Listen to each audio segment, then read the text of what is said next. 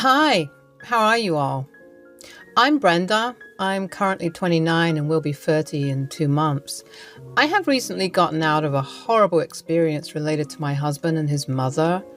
I swear, I used to think that marriage is not that difficult to handle. But boy, was I wrong. Yes, I'm a strong girl since I managed. When I was unmarried, I had my life pretty well and sorted. I had a job as an assistant vet. My life was surrounded by pets, and to be honest, I loved being around them. I loved adventure. I had an old bike belonging to my father. I often took it out for a spin. If my dad didn't have much sentiment towards it, I would have taken it for myself.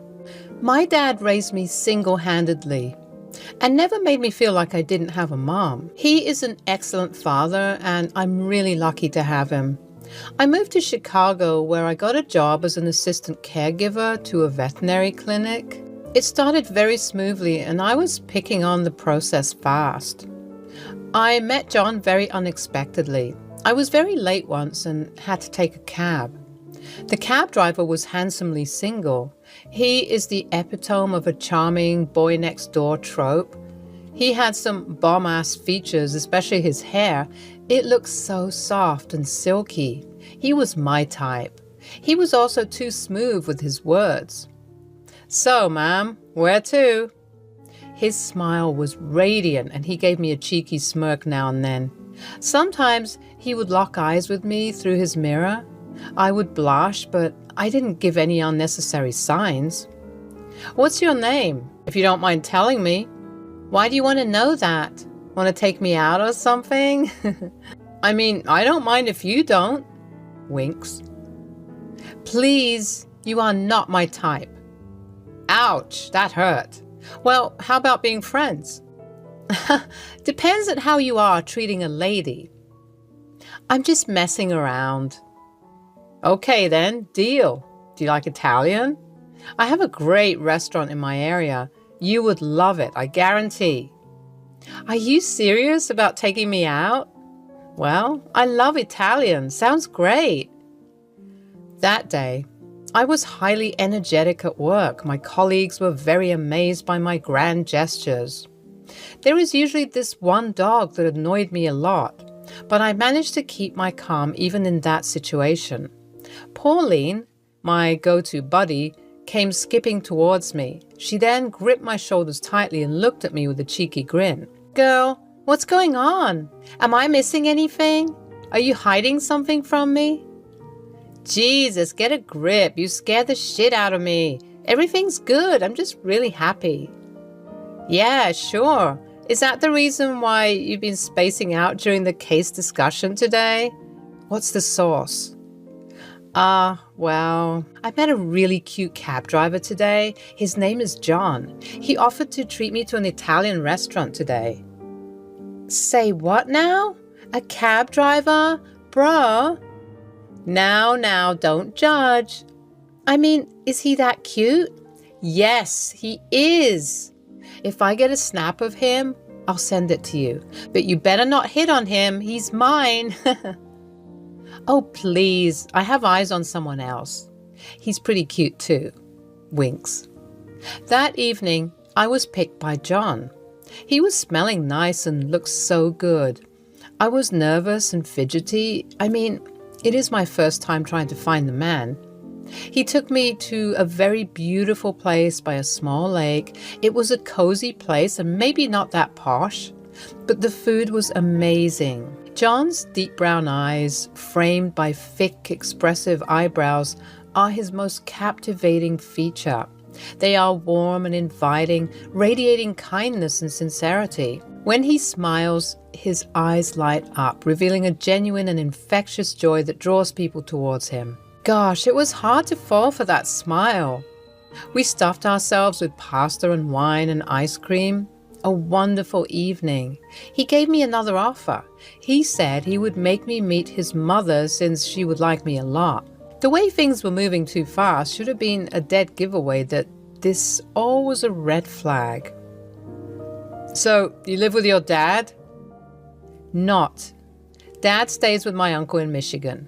He got this house long back for themselves, but then Mom left and he and I started to live. But you know, my dad's not a fan of staying in one place for long. He loves traveling.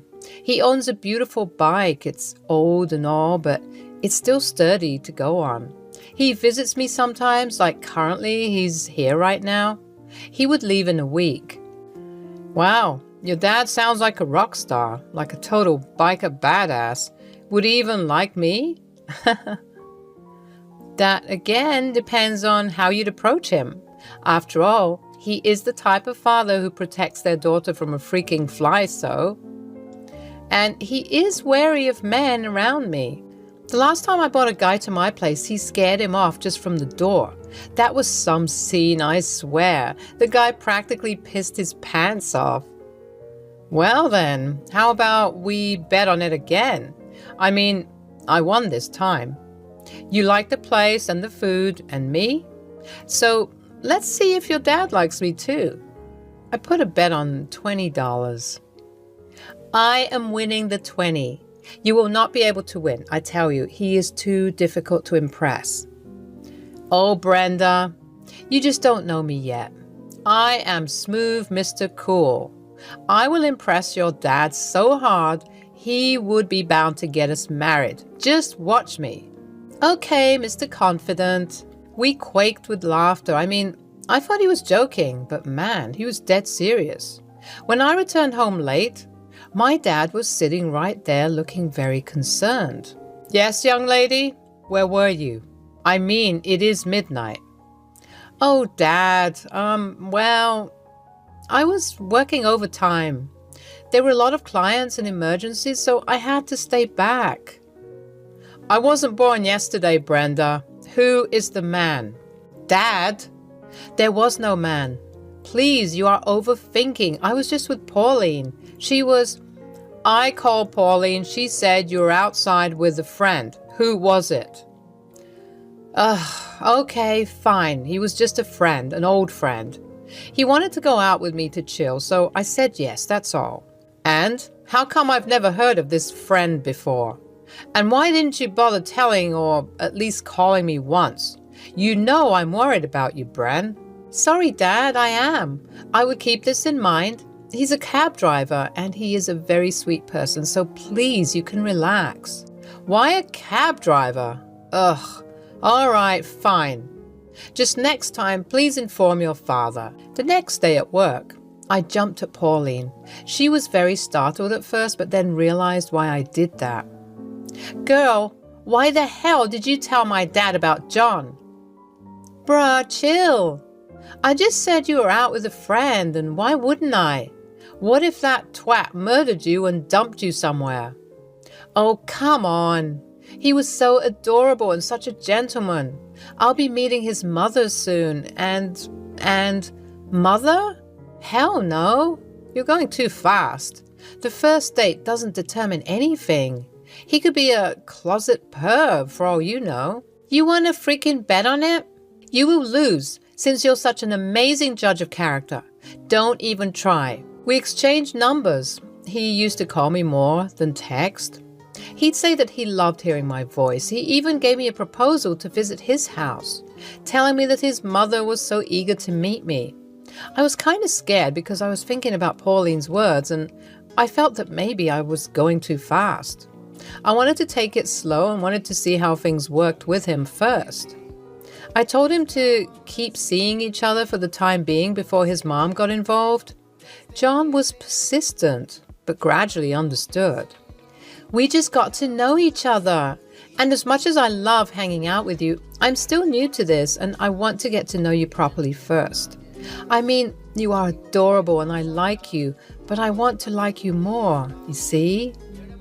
Okay, I get it. And I'm sorry. I don't know why, but I've never been this excited in my life. It's always fun to have you around. You know what? Me too. And I'm glad to have met you.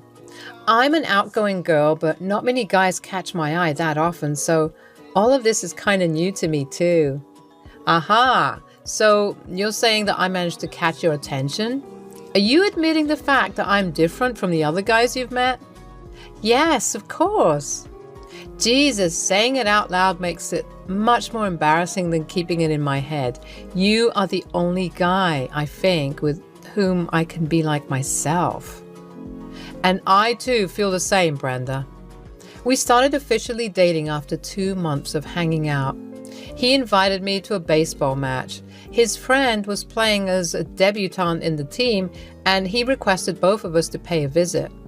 John was sitting very close to me. He was making it so obvious that he was into me. When I locked eyes with him, he leaned in and planted a soft kiss. That was it. The spark to a forest fire. I was swooning at his charm. He had many friends. He would introduce me to them, and we would drink together and come home late. John would always escort me safely to my place. My dad was always keeping an eye on him every time he dropped me off. The last time he did, my dad stopped and told him to pay a visit for some dinner. Just the three of us. Well, John already made his way to my dad's heart. It is a rare occurrence that my dad invites anyone over to his place. I bet he's eager to win his $20, LOL. My dad and I arranged a nice steak party for John. We had fish, fries, a little bit of rice, and Japanese curry. To wash it all down, we had Chicago's finest red wine. It was a full feast, like a lot for just 3 people. I wore my prettiest dress. It was his favorite color, violet. When he arrived, he was wearing a freaking tuxedo. He was looking so handsome, though. The 3 of us made proper acquaintances before we sat down to have our dinner. So, John, how long have you been in Chicago? 3 years, sir. I know the city like the back of my hand. Oh, really now? Impressive. And you are a cab driver? Yes, sir. Babe, talk about the time when you hitchhiked a creepy man. The one which was late at night. My dad loves these kinds of stories. Babe? No, Brenda, not yet. Not now. Dad, we're dating, I told you. Yes, I know, but I believe in family decorum. This is not yet welcome in my house. Brenda, your father's right. His house, his rules. You can always call me babe and darling, but not here, okay? That is a good man right there. Now, John, tell me about the story of the creepy man Brenda was talking about. After dinner, when John was about to leave. Well, babe, I guess I owe you $20, right? Oh, nah, I don't need it. I'm just glad I could prove that I'm a very suave gentleman. Look at you, so full of yourself. Bet you feel more cocky than ever. I love you, you know? I love you too. It has been a few months since John requested me to finally meet his mother. Now, I thought this was the proper time to do so. I remember how I stood nervously outside the door preparing myself to meet John's mother for the first time. A wave of anticipation washed over me. John had spoken so highly of his mother, Jackie, and I wanted nothing more than to make a good impression in front of her. I took a deep breath and knocked on the door, my heart pounding with every passing second. The door swung open, revealing a woman with a warm smile and kind eyes. She welcomed me inside with open arms, and I couldn't help but feel a glimmer of relief. It seemed like everything was going well, and I hoped this meeting would be the beginning of a beautiful relationship between us. Throughout the evening, Jackie showed genuine interest in getting to know me. She asked about my family, my hobbies, and my aspirations. I eagerly shared my stories, hoping to connect with her on a deeper level. As the night progressed, I started to feel more comfortable in her presence, cherishing the chance to bond with John's mother. But amidst the pleasant conversation and laughter, I couldn't shake off the feeling that something was off. Jackie's smile, though warm, seemed forced at times, and her gaze occasionally flickered with an unidentifiable emotion. I couldn't help but wonder what lay behind those eyes. As dinner came to an end, Jackie excused herself from the table, leaving John and me alone for a moment. I turned to John, my eyes filled with curiosity and concern. "Do you think your mother likes me?" There's something off about everything, and I can't quite put my finger on it." He excused himself too. After 20 minutes of sitting in absolute silence, they both came in with a plate of desserts. "You know, Brenda, it has been a long time since I met someone as wonderful as you. My son is extremely lucky to have found you. He always had an eye for the good stuff." "I mean, I won't deny it. He does find his way into people's hearts. He gets me too. You have raised your son well." "So, have you guys thought of marriage yet?" Did my boy pop the question. I choked so hard on my cupcake. It took me a while to get it out of my windpipe. John glared at his mother. I don't know whether that was out of anger or embarrassment. What? What? Did I say something wrong? I thought he already did it. "Baby, were you going to propose to me?" "Thanks, Mom." It was true that John wanted to propose, and when we went to our next date, he popped the question. I said yes, because I was charmed by this man. The wedding was simple and calm. The reception took place in a small hotel because we didn't want John to waste too much money on these things. I was glad enough to get him as my husband. Jackie was present throughout, but she was silent. That stone-cold expression returned on her face. Her mind was probably bubbling with thoughts that I would never know. She seemed very half-hearted. I mean, I would have empathized with her if she was feeling sad that her son has grown up and was getting married. But I couldn't even empathize with her after the stunt she pulled off. John moved in with me to my house. My dad already headed back to my uncle's. He said he would visit soon. John and I more or less settled down well. We made some changes together. John turned our bedroom into his dream room. I don't mind much because I'm not picky about decor. I got to arrange the living room and a bit of the kitchen. Pauline visited us shortly after getting married. She was extremely ill, so she couldn't come before. It was nice to have her and John get to know each other. Everything felt perfect until things started missing from my house. What do you mean, missing? First it started with my accessories, then my favorite jacket. That was a costly one too. Small things are disappearing now and then. Okay, that's weird. Did you talk to John about this? I did. He kept saying I probably misplaced it. I mean, help me look for it, but he wasn't too keen. Should I come over and help you out? I am your good luck charm after all. It's all right. I'll deal with it just fine. I probably did misplace it. After all, I cleaned the whole freaking closet. This still didn't give me much assurance as things kept disappearing into thin air. I would often think about it at my workplace. This went on for a year, especially when John and I went on our honeymoon. I returned to a trashed house, like someone entered and they made a huge mess. There were beer bottles, unwashed dishes, and smelly clothes. I thought it was my dad since he is the only one with spare keys, but when I called him, he said that he was still at my uncle's. I didn't fill in any details because I didn't want him to get worried. I thought maybe John and I could somehow solve this issue. One day, I finished work early. At the door, when I was taking out my keys, I was somewhat feeling uneasy, like a feeling of danger washed over me. I put the keys in, but the door was not fully locked. I went inside, tiptoed, not making a single sound. It was another house intrusion. I could hear sounds from the bedroom. I took hold of an umbrella that was kept at the corner and slowly made my way to the sound. I peeked through the corner, and to my astonishment, it was Jackie. She was trashing my entire closet, even wearing my favorite jacket. The moment a yelp of protest came out of my mouth, she turned towards me. "There you are, the woman who bewitched my son. Do you think you can get away with this?" "What on earth? How the hell did you get in here?" She suddenly lunged at me while yelling. This is my son's house, not yours, you filthy vermin. These are all mine, my things. You don't even deserve this life.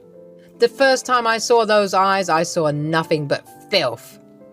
She grabbed my hair tightly. I was so scared and hurt. My hands automatically lifted themselves. The umbrella came down on her head. It was not a massive blow, thank goodness, but enough to knock her out. I called the cops and John. Jackie confessed to her misguided intentions, tearfully admitting that her actions stemmed from a deep-seated fear of losing her son. She apologized profusely, recognizing the pain she had caused in our relationship and the violation of our privacy. Her love for John had driven her to desperate measures, but she now understood the gravity of her actions. She was okay and handcuffed. I showed her and the cops my property papers as proof that I was not the crazy one there.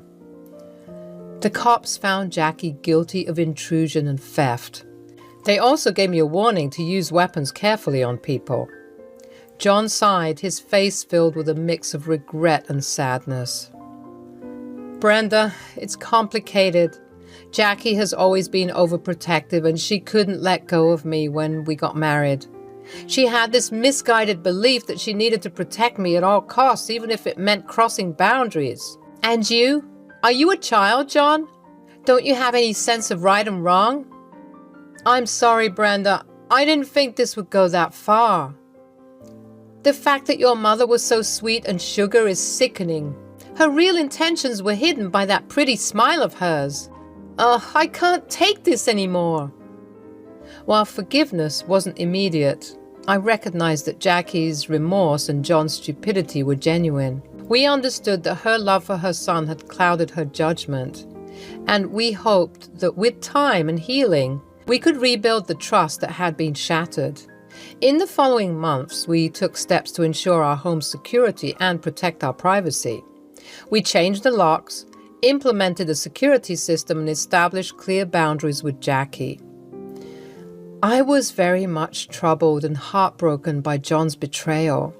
I needed some space. I told him that we need to split for a while and that I need to think again with a clear head. John was understanding enough to lend me that. I gave him no access to my place, at least for the time being. My dad came and temporarily moved in till things were less tense. Jackie was in jail for a while. She would be released soon. She too was not allowed to access my life. Well, currently, I'm still healing. Things will get better eventually. John has to prove more than he should if he wants to get back in my life.